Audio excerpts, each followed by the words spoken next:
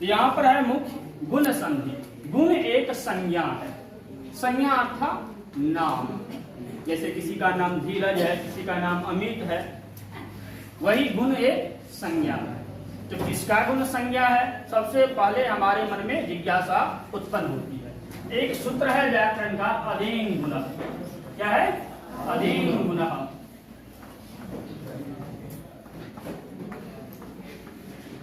यह एक व्याकरण का सूत्र है। इस सूत्र को समझने के लिए इसके अंतर्गत जो शब्द हैं इसको हम अलग करते हैं, जैसे हम यन संधि में भी किए और अयादि संधि में भी किए। तो इसको जब हम अलग करते हैं तो तीन शब्द बनता है, अत, एंग और गुण। इसमें जो तीसरे नंबर का शब्द है गुण, यह हो गया एक संज्ञा।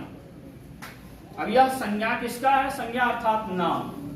किन वर्णों का गुण नाम बताया गया यहाँ पर? तो बताया गया है अत और एंग का। अत का मतलब है अ, ठीक है।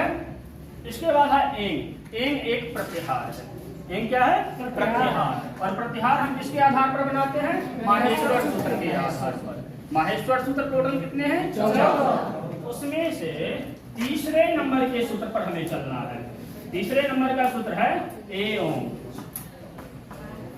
अब प्रत्याहार में हमें दो वर्णों को हमेशा खोजना होता है, नहीं पहला वर्ण को और जो लास्ट वाला वर्ण है। यहाँ पर इस सूत्र में जाकर के जब खोजोगे ए और अंग को, ए यहाँ पर मिल रहा है और अंग लास्ट में, और लास्ट वाले वर्ण को हम काउंटिंग में कभी भी नहीं है। इसको हम क्या करेंगे? साइलेंट।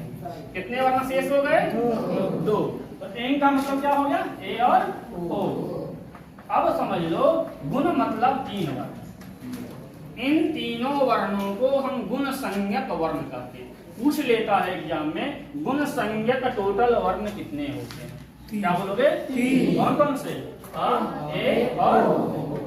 ठीक है, ये हो गए गुण संज्ञक वर्ण। अर्थात जहां जहां भी गुण संधि होगा तो परिवर्तित रूप जो आएगा, परिवर्तित वर्ण जो आएगा वही तीन आएगा, इससे अलग कुछ भी नहीं आएगा।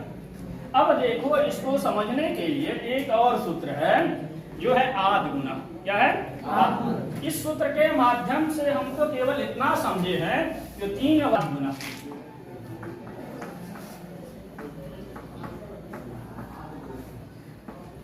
इस सूत्र को भी हमें अलग करना है।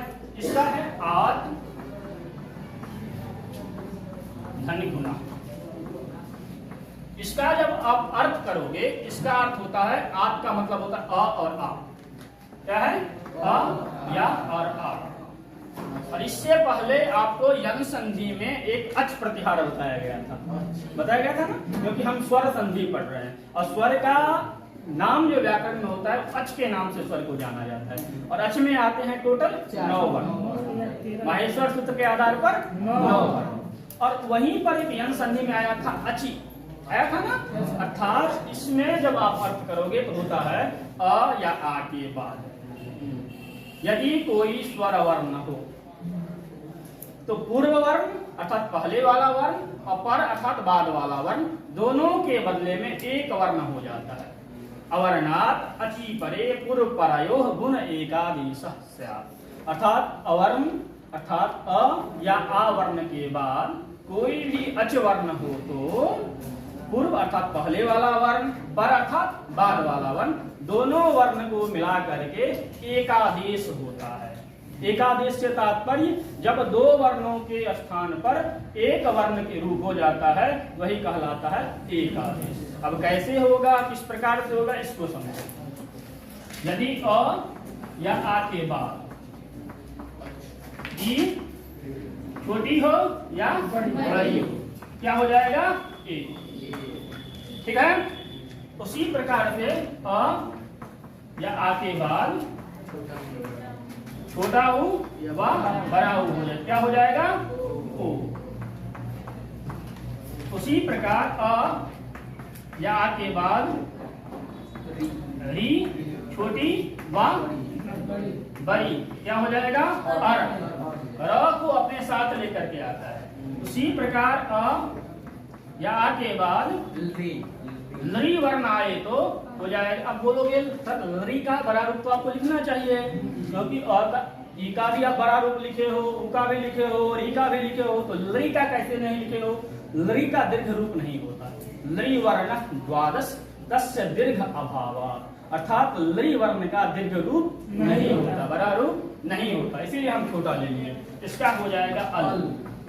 अर्थात जब कभी भी आप संधि करोगे, गुण संधि, तो सबसे पहले पूर्व वाला जो शब्द है उसमें हमें ढूंढना होता है अ या आ।